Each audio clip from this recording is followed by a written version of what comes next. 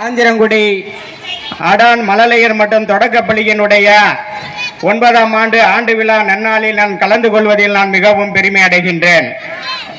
எங்களை எல்லாம் சிறப்பு அழைப்பாளராக வரவேற்ற இப்பள்ளியினுடைய தாளாளர் அவர்களுக்கும் மற்றும் தலைமை ஆசிரியர் அவர்களுக்கும் மற்ற ஏனைய ஆசிரியர் பெருமக்களுக்கும் என்னுடைய மாணவ செல்வங்களுக்கும் என்னுடைய முதற்கண் வணக்கத்தை தெரிவித்துக் கொள்கின்றேன்.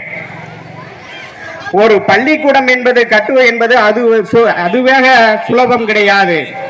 ஒரு அறிஞர் சொன்னார்கள், எவர் ஒருவரால் ஒரு பள்ளிக்கூடம் என்பது திறக்கப்படுகின்றதோ அவரால் 100 சிறைச்சாலைகள் மூடப்படுகின்றது பேரறிஞர் சொல்லி இருக்கின்றார்கள். இந்தியாவில் தமிழ்நாட்டில் மட்டும் 90% விழுக்காடு நம் மாணவர்கள் சிறந்து விளங்கியதால் தமிழ்நாடு மிகவும் கல்வியில் முக்கியத்துவம் வாய்ந்ததாக திகழ்கின்றது.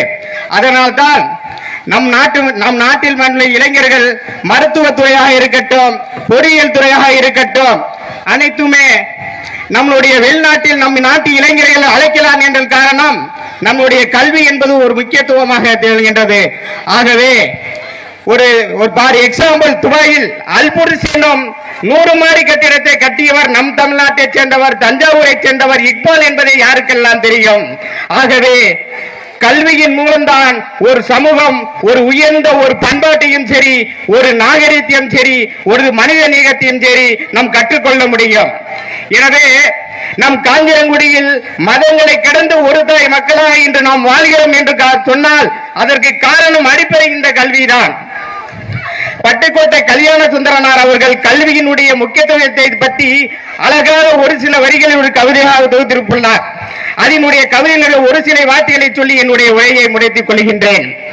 ஏட்டில் படித்ததோடு நீ விட்டு விடாதே, நீ ஏன் படித்தோம் என்பதை நீ மறந்து விடாதே, நாட்டின் நெறிதவறி நீ நடந்து விடாதே, நீ நல்லவர்கள் சொல்றபடி நீ நடந்து விடாதே, மூத்தோர் சொல் வார்த்தைகளை மீறக்கூடாது, பண்பு முறைகளிலும் மொழிகளிலும் நீ மாறக்கூடாது, மாற்றார் கைப்பொருளை நீ நம்பி நீ வாழக்கூடாது, தன் மானமில்லா கோலையுடன் நீ சேரக்கூடாது, துன்பத்தை வெல்லும் கல்வி நீ கற்றிட வேண்டும், துன்பத்தை வெல்லும் கல்வி நீ கட்டிட வேண்டும், சோம்பலை வெல்லும் திறன் நீ பெற்றிட வேண்டும், வம்பு செய்யும் குணம் இருந்தால் அதை நீ விட்டிட வேண்டும், அறிவு வளர்ச்சியிலே வான்முகத்தை நீ தொட்டிட வேண்டும், வெற்றி மேல் வெற்றி வர நீ உழைத்திட வேண்டும், பெரியவர்கள் சொன்னபடி நீ வளர்ந்திட வேண்டும், பெரியோர்கள் சொன்னபடி நீ வளர்ந்திட வேண்டும், பெற்ற தாயின் புகழையும் பிறந்த மண்ணின் புகழையும் வற்றாமல் உன்னோடு சேர்த்திட வேண்டும் என்று கூறி இந்த பள்ளிக்கு நம்முடைய முன்னாள் ஊராட்சி மன்ற தலைவர் ஏ முனியசாமி அவர்கள்